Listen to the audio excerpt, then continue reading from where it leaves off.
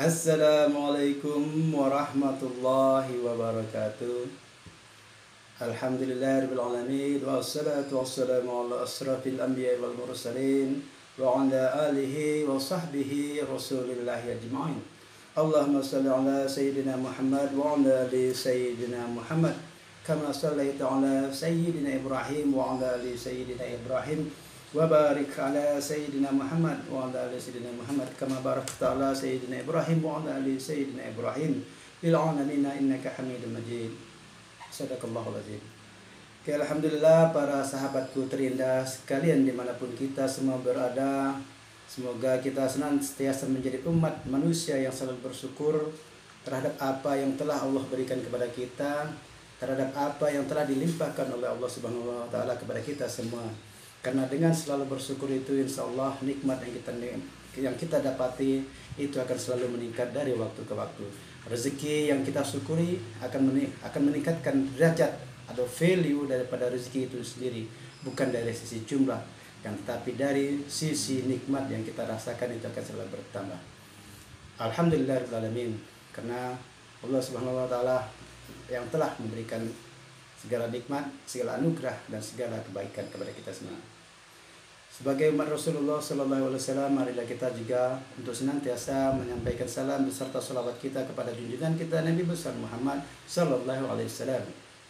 Karena kita meyakini berkat bimbingannya, berkat tuntunannya lah, berkat ajarannya lah kita berhasil menikmati suatu kehidupan yang saat ini, suatu kehidupan yang penuh dengan ilmu pengetahuan dan teknologi. Dan alhamdulillah Indonesia masih dalam keadaan yang demokratis, sehingga setiap suara rakyat, setiap kita semua masih diberikan kebebasan untuk berpendapat dan masih diberikan kebebasan untuk menyampaikan aspirasi kita melalui media-media sosial yang kita miliki, bahkan melalui jalur-jalur konstitusi yang kita dapati.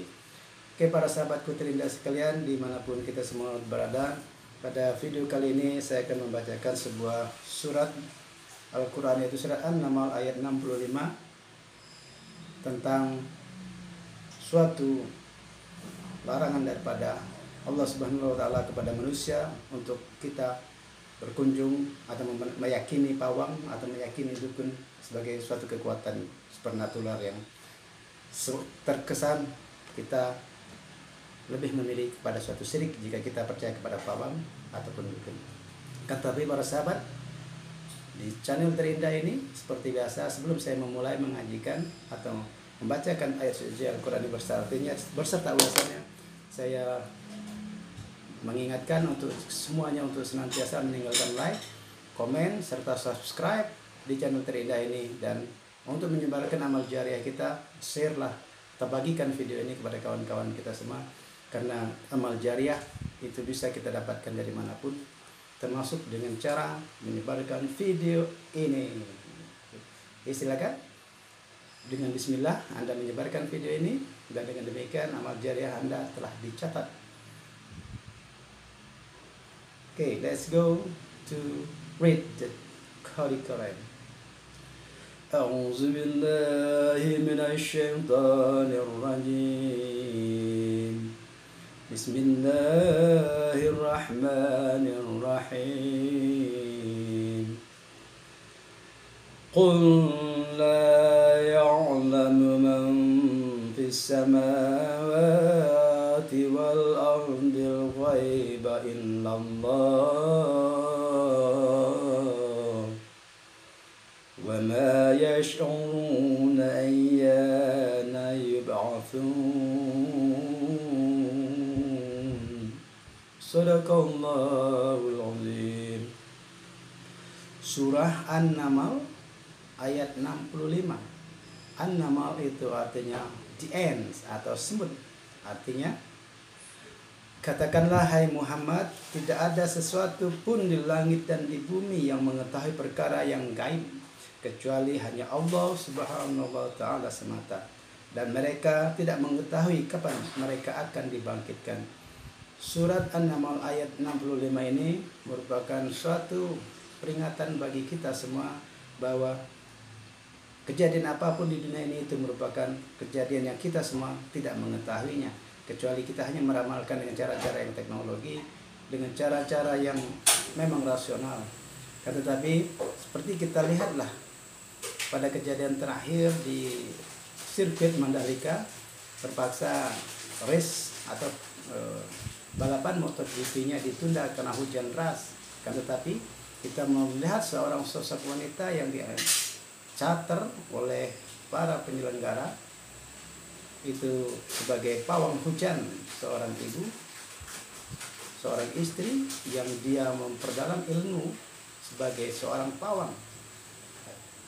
Akhirnya dengan segala usaha yang dia yakini, masyarakat dunia, bukan cuma Indonesia, menyaksikan kejadian aneh itu, dan ternyata bahwa memang hujan itu benar-benar bisa berhenti, benar-benar bisa habis hujan pada waktu itu.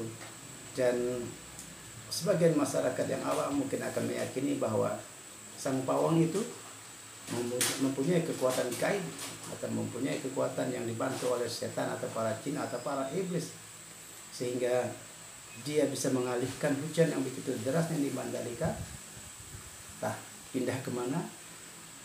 Dengan kita sangat meyakini bahwa sang pawang itu tentulah dibayar dengan harga yang cukup lumayan, karena perhelatan pacuan motor GP itu merupakan suatu perhelatan internasional dan mereka semua yang melihat pada takjub. Tetapi di sisi kita sebagai umat Islam, kita bisa menyaksikannya bahwa itu merupakan suatu usaha atau ikhtiar yang dilakukan oleh seorang manusia, dan kita meyakini tanpa kehendak Allah, tanpa izin daripada Allah Subhanahu wa taala, tentu sebuah kejadian yang sangat fenomenal itu, yang sangat mistis itu tak akan terjadi. Kita meyakini itu hanya karena izin dari Allah Subhanahu wa taala. Akhirnya hujan yang begitu derasnya di Mandalika bisa terhenti, dan balapan MotoGP itu berhasil dilanjutkan kembali. Coba kita bayangkan bagi umat manusia, khususnya umat Islam yang akidahnya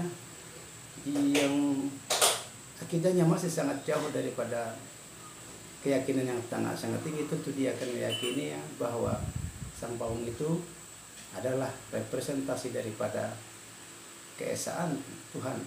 Tetapi dia bukan Tuhan, tetapi dia bukan malaikat, tetapi dia merupakan seorang manusia yang mungkin ritual keagamannya sudah tinggi, dan dia juga bisa diizinkan oleh Allah berkat ritual yang dia lakukan.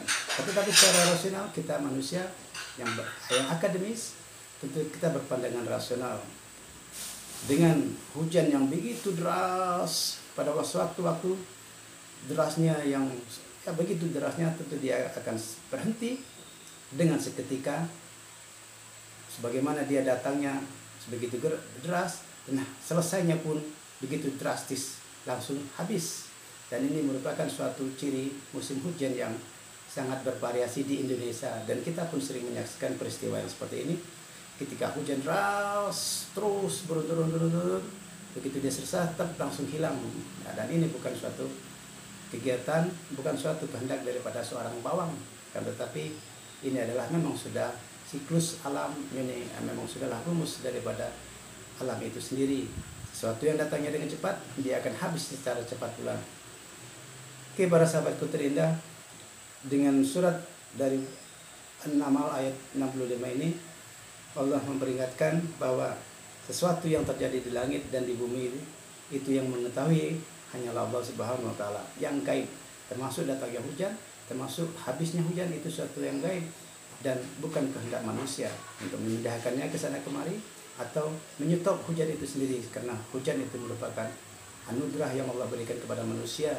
Tentu ketika manusia mencoba untuk merubahnya, kita bisa bayangkan bahwa manusia itu menolak daripada sebuah rezeki yang indah dari Allah Subhanahu wa taala, yaitu rezeki berupa hujan yang deras.